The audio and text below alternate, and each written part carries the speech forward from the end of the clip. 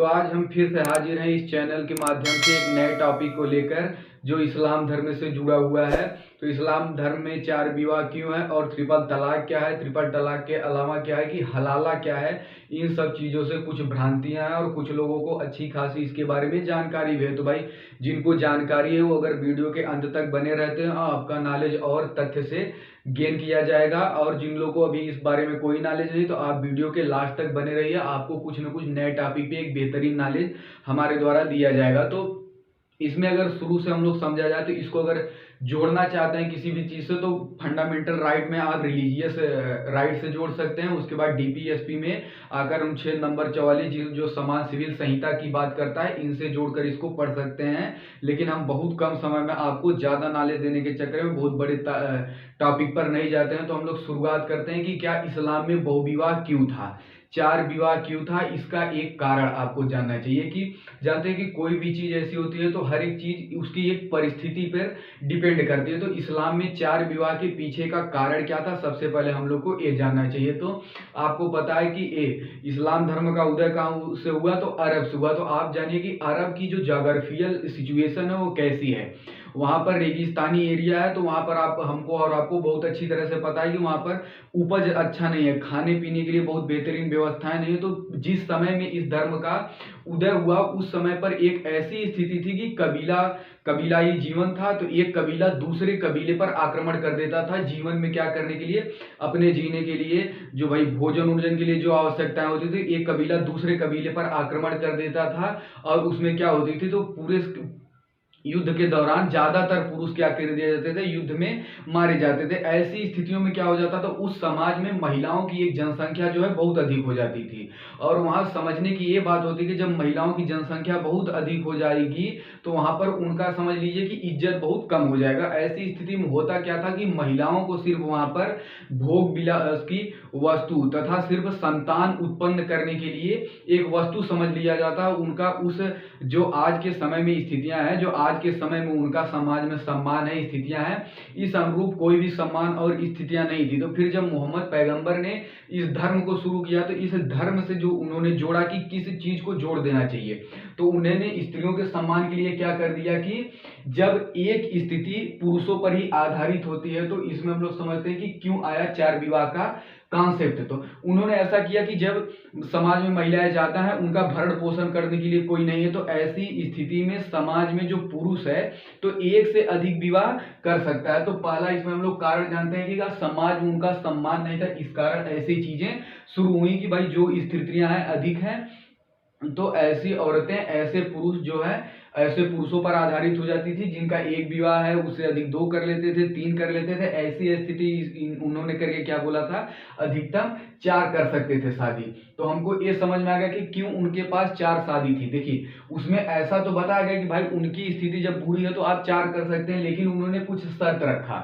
वो शर्त क्या थी ये हमको समझना चाहिए कि जब आप शादी कर लेंगे तो सभी औरतों को, जितनी से आप शादी करेंगे उन सभी महिलाओं को एक समान क्या, समान रूप से सम्मान देंगे। समान रूप से क्या होगा, सभी के साथ स्नेह करेंगे। लेकिन आपको और हमको सबको अच्छी तरह से पता है कि अगर ऐसी स्थिति होनी ही होती, उनको सबको समान रूप से सम्मान देना होता तो एक को ही पूरा सम्मान दे देते, दूसरे की आवश्यकता क्यों पड़ गई। अगर उसी से पूरा इतना स्नेह सम्मान होता तो दूसरे की आवश्यकता क्यों उनके मन में हुई। तो ऐसी स्थिति में क्या करते थे, जब दूसरे से सम्मान हो जाए तो उनको भी इस बात पे ज्ञात था कि ऐसा न ऐसा होगा ही होगा। तो उन्होंने कहा कि भाई ये सबको पता है कि पूर्ण न्याय की स्थिति नहीं हो पाएगी, लेकिन उसमें करना क्या है कि किसी भी महिला के साथ आप ऐसा नहीं कि बहुत ज्यादा स्नेह में हो जाए और किसी की इज्जत को क्या कर दें, बहुत ज्यादा नीचे कर दें।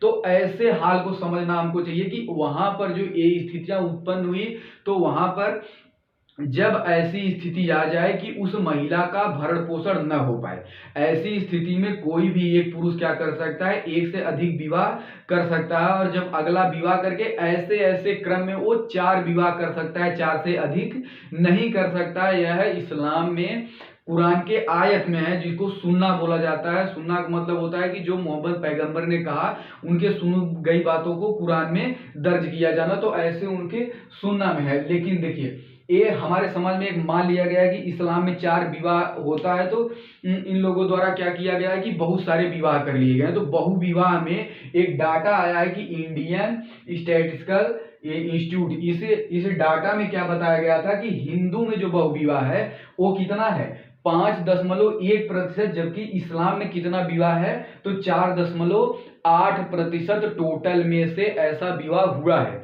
ये डाटा की बातें हैं, मैं कोई अपने तरफ से नहीं बता रहा हूँ, कि जो यहाँ पर तथ्य हैं उनके बारे में बता रहा हूँ। अब फिर समझ लीजिए, जब 4 विवाह का ऐसा कॉन्सेप्ट आ गया, जब उनके पास ऐसा हो गया, ये सिर्फ ऐसा था कि इस्लाम में 4 विवाह होना और उसके 4 विवाह के पीछे का कारण होना। तो आज भी अगर बहुत से लोग इसका समर्थन करते हैं, जो मानते हैं कि नहीं पक्के रूढ़िवादी हैं, धर्मवादी हैं, कि नहीं आज भी 4 विवाह होना चाहिए, तो ये बात उनको समझना चाहिए कि उस समय की परिस्थिति अलग थी। आज ऐसा नहीं कि दिल्ली में बैठा हुआ इंसान, इंडिया में रहने वाला इंसान, या कोई अच्छे खासे डेवलप नेशन या डेवलपिंग नेशन में रहने वाले व्यक्ति के उसके ऊपर ऐसा कोई बाध्यता नहीं है कि उसके यहाँ वहाँ उस देश में महिलाएं ऐसी हैं।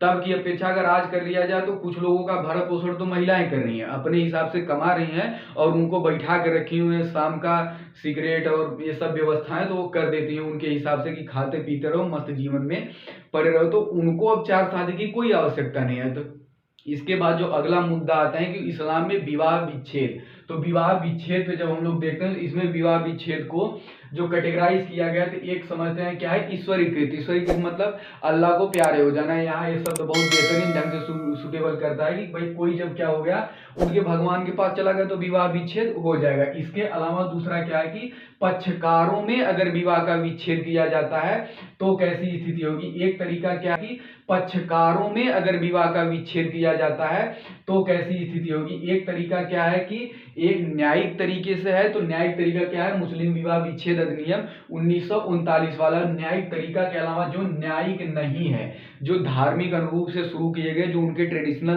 तरीके थे, उसमें जो जो बताए गए हम लोग उस पर चर्चा करते हैं। तो न्यायिक में भी हम कैटेगरी कर लेते हैं जो समझने में ज्यादा आसानी करेगी, क्योंकि क्या हो सकता है कि कितने प्रकार के तलाक है। तो इसमें हमने यहाँ पर कुछ तलाक लिखा है जो क्या है कि सिर्फ पति के अधिकार में होता है, और ये तलाक जो है क्या है पत्नी के अधिकार से है। उसके बाद आ जाते हैं क्या कि परस्पर सहमति से भी दोनों लोग आपस में सहमति करके भी क्या कर सकते हैं, ये 2 तरीके के तलाक कर सकते हैं। तो जो पति द्वारा अधिकार है, इसमें क्या है, पहले को हम लोग जानते हैं तलाक, दूसरा क्या है इला, तीसरा क्या है जिहार। अभी हम इस तलाक को एक एक तलाक पे चर्चा नहीं कर पाएंगे, क्योंकि आपको बहुत कम समय में हमको इस टॉपिक को पूरा करना है। अगर आप लोग लगातार वीडियो पे बने रहेंगे तो कभी इन चीजों को भी हम बहुत बेहतरीन ढंग से आपको पूरा करके दे देंगे। और पत्नी द्वारा आ जाते हैं तो तलाक ए तफवीज है, और दूसरा क्या है लियान है। लियान को कुछ किताबों में इस कैटेगरी में शामिल नहीं किया जाता, क्योंकि इसको माना जाता है कि लियान जो है एडेंट्री यानी कि जारता के क्या है पर पुरुष गमन के आधार पे क्या एक पुरुष क्या कर सकता है, ऐसा बेस बनाएगा कि उसकी पत्नी किसी और पुरुष के साथ संबंध में पाएगी, जिसको पर पुरुष गमन या आज के इंग्लिश लैंग्वेज में अडल्ट्री बोलते हैं। तो ऐसे में अगर उसको पाया जाता है, इस चीज को बेस बनाकर वह न्यायिक प्रक्रिया द्वारा छोड़ देता है। लेकिन उसमें अधिकार किसके पास होता है, बेस लग जाता है, प्रूफ्ड नहीं होता, उस बेस पर पत्नी इनको छोड़ सकती है। तो इस पे थोड़ा डिबेट रहता है कि किसमें किया जाए, तो आप समझ सकते हैं। लेकिन इसको क्या है कि तलाक ए तफवीज और लियान, तो दोनों इसी का मुद्दा है। दूसरा परस्पर संबंध में क्या होता है, खुला और मुबारक। इसके बाद आ जाते हैं तलाक। तो तलाक शब्द का मतलब हम लोग समझ लेते हैं। तलाक शब्द का मतलब क्या है, ये अरबी भाषा का शब्द है जिसका अर्थ क्या होता है, निर्मुक्त होना। आप समझ लीजिए कि जब तक इन लोगों के साथ वाली अवस्था में है, आप निर्मुक्त हो ही नहीं सकते। तलाक का मतलब क्या है कि पूरी तरह से भाई आप इसमें आ जाइए तभी हो पाएंगे, तो छोड़ दीजिए इस बात को।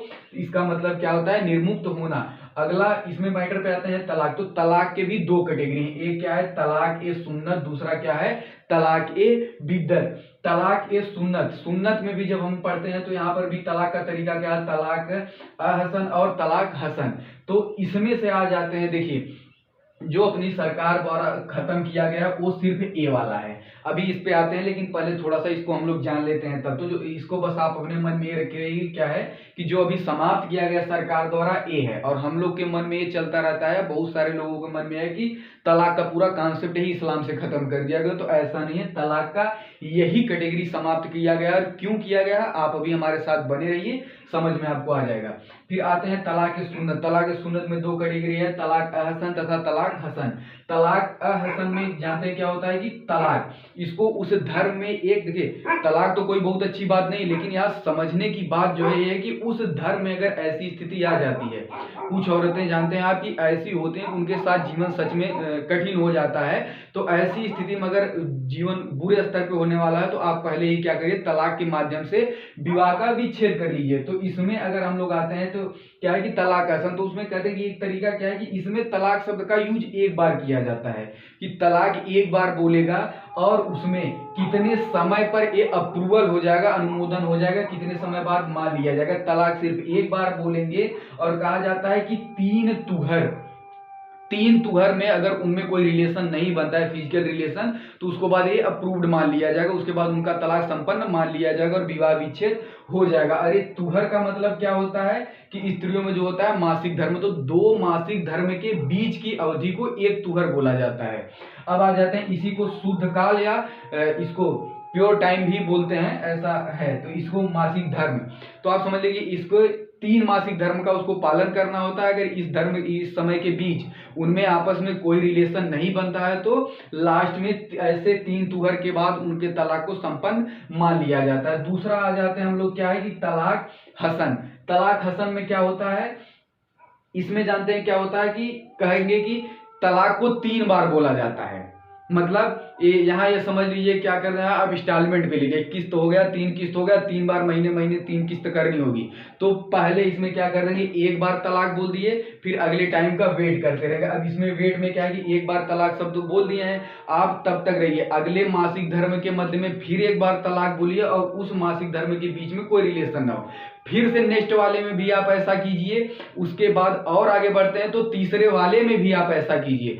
जब ये तीनों में आप क्या है 3 बार हर मासिक धर्म में एक बार तलाक बोलना होगा इंस्टॉलमेंट की तरह, और उसके बाद लास्ट में आपके बीच कोई रिलेशन नहीं होता है तो लास्ट में समाप्त होने पर ये 3 तलाक बोलने वाले पर ये मान लिया जाएगी ऐसा हो गया है। एक आसान भाषा में समझिए तो इसमें क्या होता है कि एक बार यूज करते हैं तलाक और अंत तक क्या हो जाता है, अंत में 3 मासिक धर्म के बाद या 3 तुहर के बाद समाप्त हो जाए। और इसमें क्या होता है, तीनों तुहर काल के मध्य में उनको क्या करना होता है, एक एक बार इस तलाक शब्द का यूज करना होता है और उस बीच अपने किसी भी रिलेशन को स्थापित नहीं करना होता है, तो लास्ट में हो जाएगा। तो आप समझ लीजिए इसमें क्या है कि पूरा पेमेंट एक बार में कर देना, इसमें इंस्टॉलमेंट हो जाना।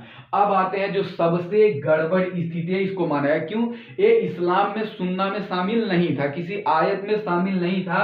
ये किसके अनुसार, आमिर अली के अनुसार कौन शुरू किया था, तो आमिर अली मानते हैं कि इसको कौन शुरू किया था, उमैयाद राजाओं द्वारा इसको शुरू किया गया था। यह किसी कुरान या आयत का संदर्भित नहीं है, इसको उमैयाद राजाओं द्वारा शुरू किया गया था जो 3 तलाक। तो इसमें स्थिति क्या होती थी कि अब एक आदमी है, अगर अपने पत्नी से किसी मुद्दे पर उसका दिमाग खराब है, बस ऐसे बोल दिया तलाक तलाक तलाक, 3 बार तलाक बोला तो तलाक हो गया। अगर समझ लीजिए ज्यादा बिजी टाइप के इंसान है, नहीं खाली है, तो कैसे कर सकते हैं, एक ही बार में बोल दें कि 3 तलाक, इतने में व्यवस्था समाप्त। तो आप समझ लीजिए कि ये एक कुरीति के अनुसार थी कि जो कहा गया फंडामेंटल राइट तो होने चाहिए, लेकिन क्या है इस्लाम में भी जो महिलाएं हैं उनको उनके राइट उनके जीवन को बहुत प्रभावित करते हैं। आप समझिए कि एक कोई अगर महिला है जिसके साथ इतनी आसानी से कोई समाज में उसे छोड़ देता है, तो समझिए कि उसकी स्थिति क्या होगी, उसके पास अपना कोई ऐसा राइट नहीं, तो डर डर जीवन में घुट घुट जिएगी।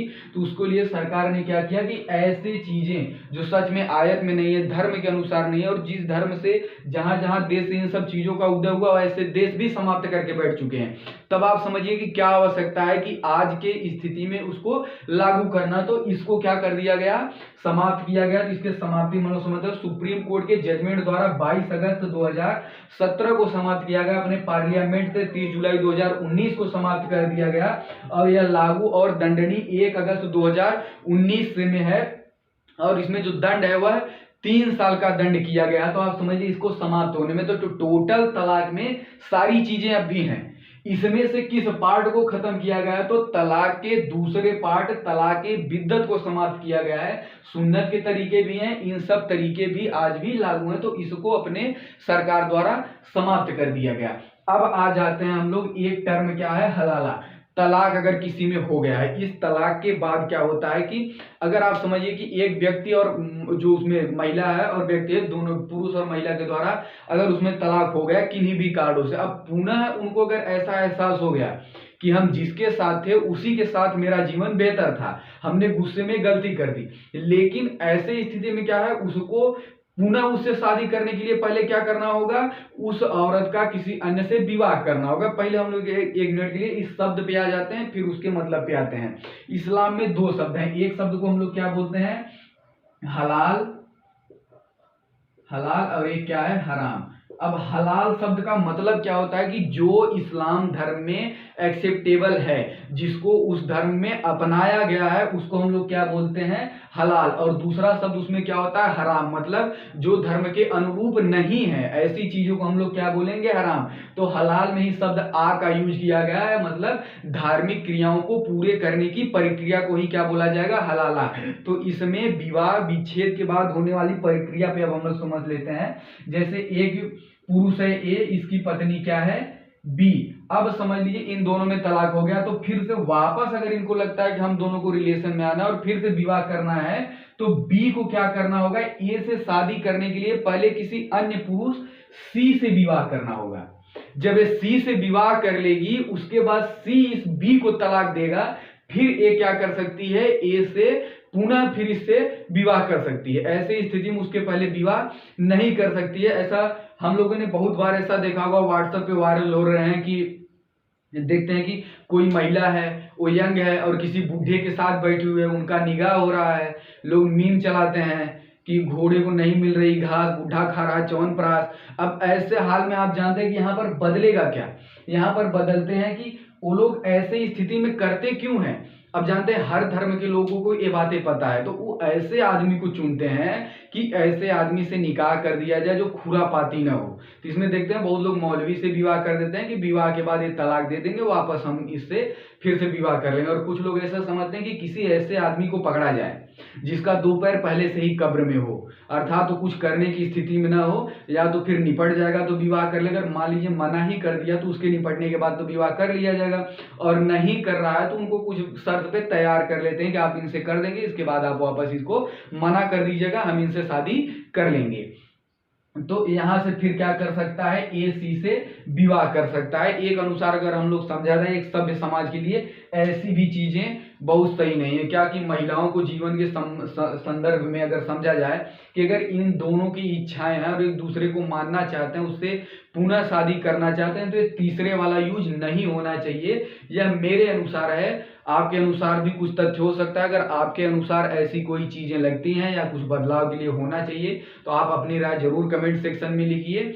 धन्यवाद। ये तीनों टॉपिक थे जिसको हमने सोचा कि कम समय में पूरा कर लिया जाए। अगर आपको ऐसे किसी मैटर पे या जुड़े किसी भी चीज में तो कमेंट सेक्शन में आप लिखकर बता दीजिए, हम लोग जरूर कोशिश करेंगे पूरा करने के लिए। और हाँ, इसमें अब हम लोग ने चालू कर दिया है लीगल अवेयरनेस के लिए सीरीज, तो आपको अगर जुड़ा कोई भी ऐसा मुद्दा है जिसमें लीगल जानकारी चाहिए तो आप कमेंट जरूर करें, उस पर हम लोग वीडियो पे काम जरूर करेंगे। धन्यवाद। आप लोग हमसे जुड़ते रहिए और संख्या में।